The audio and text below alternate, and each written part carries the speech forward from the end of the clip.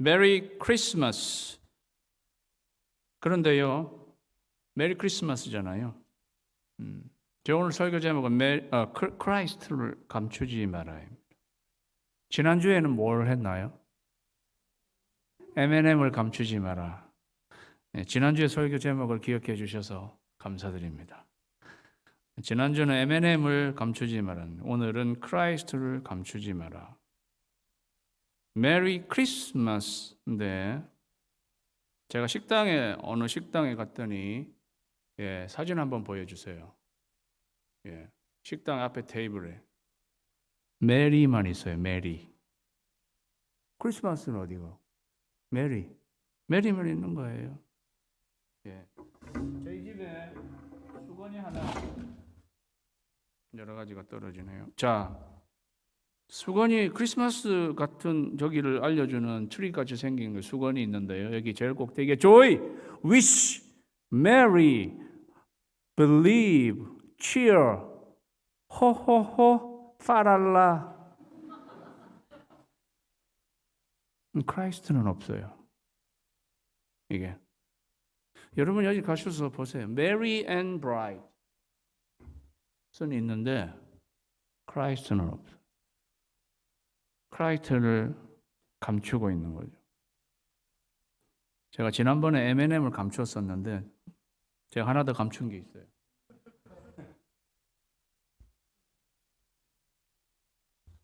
선물에 제가 감춘 거 뭐겠습니까? 크라이스트. 감추지 말아야 돼요.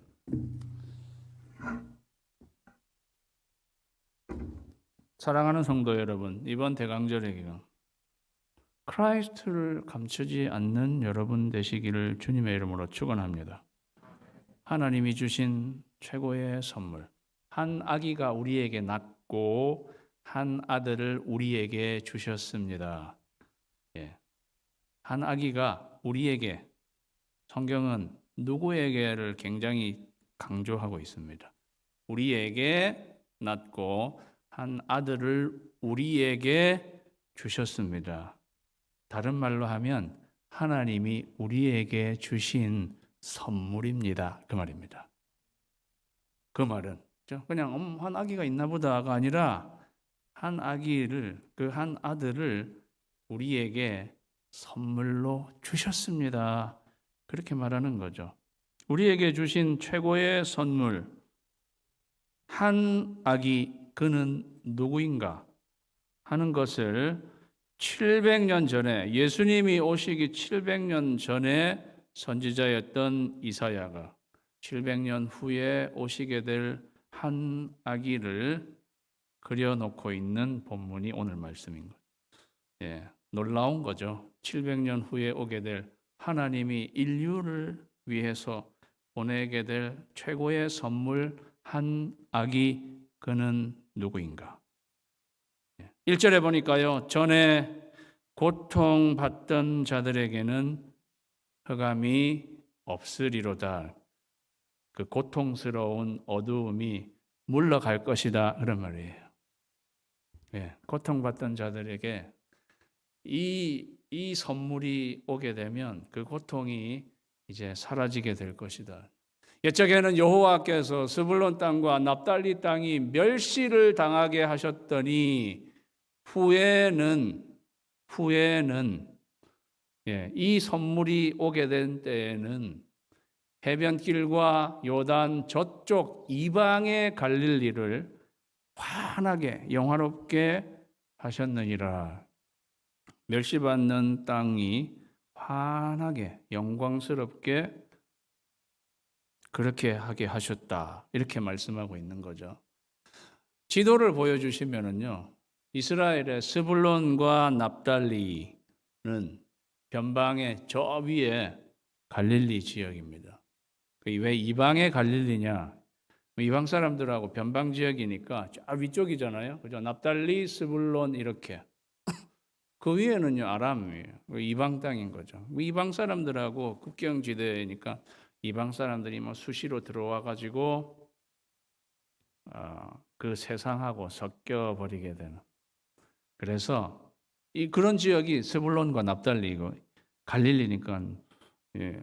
유대 사람들 밑에 있는 유대 땅의 쪽으로 있는 사람들은 갈릴리를 이방의 갈릴리라고 부르는 거죠. 여기예요. 이방의 갈릴리라고 하는 것은 더러운 갈릴리, 추한 갈릴리, 세속화된 갈릴리, 이방 사람들에게 그렇게 질밟히게 된 갈릴리, 그러한 갈릴리 땅, 멸시받게 되는 그러한 갈릴리. 그리고 이사야가 이것을 이야기할 그 당시에 BC 730년에요. 아수르의 디글랏 빌레셀이 이 이방 땅 갈릴리와 납달리 땅을 침범해 가지고 다 포로로 잡아가 버린 그러한 땅. 그런데 예수님이 이 땅에 오셔서 마태복음 4장에 보면은요. 예수님이 어디서 본격적으로 사역을 시작하시나요? 이 마태복음 4장 13절에 보면 스불론 납달리 지경 해변의 가버나움에서 사셨다 그랬어요. 거기를 본부로 하고 그 땅에서 본격적인 사역을 시작하게 된 거죠. 그래서 마태복음 4장 13절이 오늘 이 이사야 9장 1절 말씀이 성취하게 되는 것을 보여주는 가장 멸시받고 고통당하고 그러한 땅에 환한 빛이 예수님이 환한 빛을 비추어서 거기가 영화롭게 되게 하시는 모습이 담겨 있다는 거죠. 2절에도 보면 흑암에 행하던 백성이 큰 빛을 보고 사망의 그늘진 땅에 거두어던 자에게 빛이 비춘 것이다. 이렇게 말하고 있습니다. 오늘 1절, 2절 내용을 보면요. 고통받는 사람들, 멸시당하는 사람들, 흑암에 행하던, 흑암은 죄악인 거죠. 죄악 가운데 행하던 사람, 그래서 사망의 그늘 가운데 살아가던 사람, 그러한 세상, 그러한 인생, 우리를 말하는 거예요. 이 세상을 그냥 말해 주는 것입니다. 우리가 고통받던 자들, 우리가 팬데믹의 이 시간을 거치면서 얼마나 많이 고통받았어요.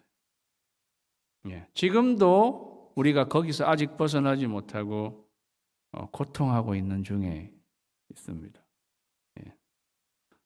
사랑하는 여러분, 저는 이 고통받던 자들을 이렇게 묵상하면, 읽으면 예수님이 오셨을 때 고통하고 있었던 육신의 고통 가운데 있었던 사람들이 좀 생각납니다.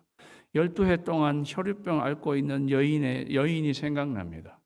12해, 12년 동안 자기 몸에서 피가 계속 흘러나오는 여인이 있었잖아요. 12년이 됐어요. 여러분 가운데는 나는 지금 아직 몇 년째 이 만성적 이런 병이 계속되고 있습니다. 그런데 누구한테 말할 수 없는 그런 분들이 계실지 몰라요. 그 여인이 12년이라는 시간 동안에 그렇게 고통당해 왔는데 어느 날 예수님의 옷가에 손을 대는 순간 그 혈루의 근원이 싹 고통의 어두움이 확 사라져 그 여인에게 빛이 확 비춰오는 시간이 있었잖아요. 12년이라는 시간 동안 고통받아 왔는데 딱 한순간에 그 예수님에게 손을 댈 때 이게 싹 사라져버린 38년의 시간 동안에 베데스다 그 못에 그 옆에서 앉아 있으면서 38년 동안 거기서 고통받으면서 앉아 있었던 병자 어느 한날에 네가 그냥 들고 일어나 가라고 38년을 그렇게 해왔는데 딱 한날에 예수 그리스도의 그런 빛이 비친 거나 마찬가지죠. 그러니까 그 앞에 고통받았던 걸 싹 청산하고 빛이 비치는 그런 삶을 살게 되는 거죠. 멸시받았던 사람, 저는 꼭 삭개오가 생각이 나요. 삭개오, 사람들의 멸시받았던 삭개오. 내 돈을 뜯어서 로마에 세금을 바치고 나머지는 자기가 다 자기 주머니 속으로 챙기는 사람, 예, 이 세대의 밉상, 그게 삭개오예요. 그때 당시의 세리, 예, 모든 사람이 손가락질하는. 그래서 유대인일지라도 세리의 증언은 법정에서 인정되지 못한다. 그렇게까지 생각하는, 온 사람들의 멸시를 받는, 그래서 사람 앞에 나설 수 없는, 그래서 뽕나무 뒤에서, 뽕나무 위에 그냥 올라가서 멀찌감치 오시는 예수 그리스도만 바라보고 있는 그러한 멸시받는 세리 삭개오. 그런데 예수님이 내가 오늘 너희 집에 유하여야 하겠다. 깜짝 놀라가지고 예수님을 영접하고, 그 집에 예수님을 모셔서 자기의 삶을 회개하고 나올 때, 너도 아브라함의 자손이 오늘 이 집에 구원이 이르렀다. 오늘 그 무수한 세월, 멸시받았던 세월. 근데 예수 그리스도 어느 날 그 빛이 비추어진 그 한 날에 그의 삶이, 어둠이 다 물러가고 빛이 비추어지는 그러한 삶을 살게 되잖아요. 그러한 것을 다 생각나게 만든, 고통과 멸시, 죄악과 사망의 그늘 가운데 살아가는 우리 모두에게 이 빛이 비친 것입니다. 이 빛이 무엇이겠습니까? 이 빛은 예수 그리스도입니다. 그래서 첫 번째 영적인 진리를 우리 다 같이 읽겠습니다. 시작. 이 세상의 빛은 오직 예수 그리스도이다. 믿습니까? 이 세상의 빛은 오직 예수 그리스도. 구원의 빛이에요. 조상적으로 그냥 예수님은 빛이다라기보다 구원의 빛인 거예요. 그래서 우리를 고통과 멸시와 죄악, 사망의 그늘 가운데서 우리를 구원해 내시는 구원의 빛이라는 말입니다. 그래서요, 6절에 예수님을 묘사하는 말이 나오잖아요. 이는 한 아기가 우리에게 낳고 한 아들을 우리에게 주셨는데 그의 이름을 이렇게 하면서 5가지로 그의 이름을 이야기하고 있는데, 첫 번째, 두 번째, 세 번째가 기묘자라, 모사라, 전능하신 하나님이라고 그랬어요. 기묘자는 놀라운 분이에요. 원더, 놀라운 분. 모사는 어드바이저예요. 어드바이스, 카운셀러. 그리고 전능하신 하나님, Almighty, Mighty God인데 이 3가지 말은 전부 구원과 관련되어 있는 말입니다. 원더, 기묘자라고 하는 것은 우리를 구원하시는 경이로운 구원의 역사를 이루시는 분이라는 거고요. 모사라는 건, 카운셀러라는 거는 그냥 우리 심리 상담 정도를 해주는 카운셀러를 말하는 게 아니라 궁극적으로 구원의 길을 알려주시는 분, 그러한 뜻이라는 거죠. 내가 곧 길이요 진리요 생명이라고 그러죠. 여기 모사라는 것은 구원의 온갖 지혜를 다 동원해서 우리를 구원하시는 분. 그렇다면 여기 전능하신 하나님이란 말도 이제 Almighty God, 삼위일체 하나님 중에 한 분이란 뜻도 있겠지만은 여기 전능하신 하나님이라는 것은 구원을 베푸실 전능자를 말하는 거예요. 그는 구원을 베푸실 전능자. 구원을 베푸시는 전능하신 하나님. 어떠한 상황 가운데서도 Almighty God, 전능하신 하나님, 우리가 어떤 상황에 있을지라도 구원하실 수 있는 분. 그래서 제자들이 밤중에 힘겹게 노저으면서 사투를 벌이고 있는 그 현장에 찾아오신 예수님 물 위를 걸어서 오시고 바람과 바다를 잔잔케 하시고 그들을 구원하시는 전능하신 하나님, 그 말이 여기에 담겨 있다는 거죠. 구원의 빛으로 오신 예수님. 이 세상의 빛은 오직 예수 그리스도이고 그것은 구원의 빛으로 오신 예수 그리스도. 이 빛이 여러분의 삶에 다시 비추어지기를 주님의 이름으로 축원합니다. 그리고 이 빛이 우리에게 딱 비춰지고 이 빛을 또 세상에 비추어야 되는 거죠. 여러분 크리스마스 트리 이거 왜 이 라이트를 왜 켜는 거예요? 장식하려고? 크리스마스 시즌이 됐으니까 그냥 장식하려고? 아니요. Come on, ring those bells, light the Christmas tree. Jesus is a king, born for you and me. 들어보셨죠? 종을 울리고 크리스마스의 불을 밝혀라. 왜? Jesus is a king, born for you and me. 세상의 빛으로 오신 예수 그리스도. 이 불을 밝히면서 예수 그리스도 이 세상의 빛으로 오셨습니다. 알려주는 거예요. 사랑하는 성도 여러분, 여러분의 집마다 크리스마스 트리 놓고 Light the Christmas tree. 크리스마스의 불을 밝히시기 바랍니다. 아유, 그런 거 귀찮아서 먹고 살기 바쁜데 무슨 그런 거 너무 바쁘신 거예요. 그거는 아이들한테 이야기해 줘야죠. 왜 이런 불을 밝히는 건가? 크라이스트를 감추지 않기 위해서 이 빛은 오직 세상의 빛으로 오신 예수 그리스도.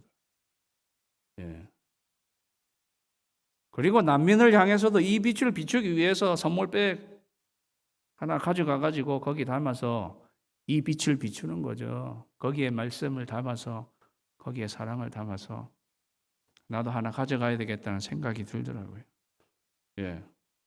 크리스마스의 빛을 비추는 것입니다. 3절에 보니까요. 주께서 이 나라를 창성하게 하시며 그 즐거움을 더하게 하심으로 추수하는 즐거움과 탈취물을 나눌 때의 즐거움 같이 그들이 주 앞에서 즐거워하오니 여기에요. 즐거움이 4번이나 나와요. 즐거움을 더하게 추수하는 즐거움, 탈취물을 나누는 즐거움, 주님 앞에서 즐거워하는 즐거움이 4번씩이나 나오는 즐거움이 회복되는 나라. 저는 이걸 보면서 한 구절 안에 즐거움이 4번씩이나 나오는데 성경에 어디에 이렇게 즐거움이 계속 나오는 곳이 있는가? 제 머리 안에서 검색을 한번 해보니까 머리 안에서 누가복음 15장이 이렇게 확 검색이 되더라고요. 여러분도 검색 같은 거 머리에 많이 하시잖아요. 누가복음 15장에 보니까 우리가 즐기자. 탕자의 비유잖아요. 탕자의 비유. 탕자가 아버지 앞으로 돌아왔을 때에 그 아버지가 우리가 즐기자. 한번 종들이 즐거워. 2번 내가 잃었다가 얻었기로 즐거워하고 3번 기뻐하는 것이 4번 마땅하니라.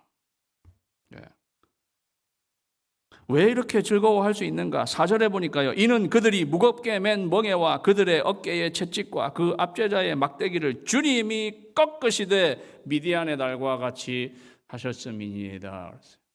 저는 이 말씀을 보면서 탕자가 그의 어깨의 채찍, 그의 무겁게 맨 멍에 압제자의 막대기로 찔러대고 때리고 그가 세상을 좋아서 세상 나가서 허랑방탕하게 즐기며 살았는데 나중에는 이렇게 비참하게 되어서 멍에를 메고 어깨에 채찍질 당하고 그러했던 탕자, 그러한 탕자가 어떻게 여기 하나님 말씀에 주께서 이 나라를 장성하게 하고 즐거움을 회복하게 더 즐겁고 추수할 때 즐거움, 이런 즐거움들이 그럼 탕자 같은 사람에게 어떻게 그 즐거움이 회복되어지는가? 탕자가 아버지께로 돌아가니까 그 아버지께서 그 멍에와 어깨의 채찍과 압제자의 막대기를 주님께서 꺾으시다 그랬어요. 탕자가 갖고 있는 그것들을 아버지 하나님께서 팍 깨트려는. 그리고 우리는 즐기자. 그 탕자에게 옷을 입히고 송아지를 잡고 가락지를 끼우고 너는 내 아들이다. 이렇게 하면서 즐거운 잔치를 하게 되는 그러한 모습을 보게 되는 거죠. 사실 당자에게 그래 돌아온 건 좋은데 그래도 네가 나가가지고 세상에서 무슨 짓하고 살았는지 한번 이야기해봐라 들어보자. 그런 거 없어요. 안 물으시잖아요. 예, 그런 건 안 물으시고 그냥 아들로 회복시키고 잔치하고 있는 공의의 하나님이 왜 그걸 안 물으실까요? 그건 아들 예수 그리스도에게 물었잖아요. 예, 우리의 모든 죄악은 자기가 보낸 아들 예수 그리스도에게 물으시고 그 앞죄 막대기와 어깨에 채찍 무겁게 낸 멍에는 아버지의 사랑으로 그걸 꺾어버리시는 거예요. 그렇게 하고 아들은 그 사랑을 입게 만드는 거예요. 예. 그래서 여러분 오늘 6절 말씀에 그 이름이 기묘자라 모사라 전능하신 하나님이라 그 다음에는요 영존하시는 아버지라. 왜 이 영존하시는 아버지? 이 아들이 영존하시는 아버지라는 것은 영존하시는 아버지의 사랑의 선물이라는 것을 말하는 것입니다. 아버지의 사랑을 너희에게 가져다 줄 아들, 그 아들은 영존하시는 아버지를 대표하는, 그래서 오늘 우리 집사님이 기도하신 것처럼 하나님이신 자신이 어떻게 보면 아들의 모양으로 우리에게 오신, 그래서 그 아버지의 사랑을 우리에게 알려주시는 사랑의 선물, 이 아들은 그 영존하시는 아버지라는 것. 그래서요 우리 영적인 두 번째 진리는 예수 그리스도는 아버지의 사랑의 선물입니다. 다 같이 읽을까요? 시작. 하나님이 세상을 이처럼 사랑하사 독생자를 선물로 주셨습니다. 그러니까 이 예수 그리스도는 아버지의 사랑의 선물인 거죠. 우리가 아직 죄인 되었을 때 그리스도께서 우리 죄를 위하여 죽으심으로 하나님 아버지께서 그에 대한 우리의 사랑을, 우리에 대한 그의 사랑을, 아버지의 사랑을 확증하신 것. 그 어느 것도 우리를 아버지의 사랑에서 끊을 수 없느니라. 예수 그리스도는 아버지의 사랑의 선물인 거죠. 오늘 맨 마지막 절에 어지러이 싸우는 군인들의 신과 피 묻은 겉옷이 불에 섭같이 살라지리라. 다툼과 전쟁이 사라지고 평화가 온다라는 말씀인 거죠. 평강의 왕이 오시니 다 평안하여라.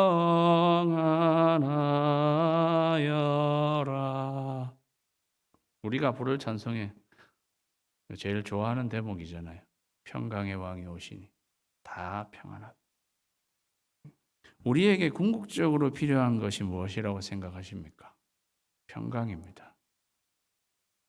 여러분 지금도 혹시 불안과 염려 가운데 계시는 분이 있으신가요? 나는 구원받 그리고 나는 아버지의 사랑을 입으면서도 나가 지금 처한 상황은 불안한 거죠. 우리에게 궁극적으로 필요한 것은 평강입니다. 저는 임종을 앞둔 분들을 많이 보아왔어요. 그리고 마지막 순간들, 그리스도인으로서 살다가 마지막 순간에 이제 하나님의 부르심을 받고 가시는 그러한 분들의 마지막 모습들을 많이 보았는데 거의 한결같이 보는 것은 마지막에 가시는 그 모습 굉장히 평안하시다는 것입니다. 그 모습을 보는, 옆에서 보는, 마지막 임종을 보는 저희들도 그래서 그 평화가 전해지는. 사랑하는 여러분, 우리 인간의 가장 큰 문제는 죽음입니다. 죽음이죠. 그런데 가장 큰 문제가 죽음인데 그 앞에서 그리스도인들은 그 앞에서 마지막에 보여주는 모습은 평강이라는 거예요.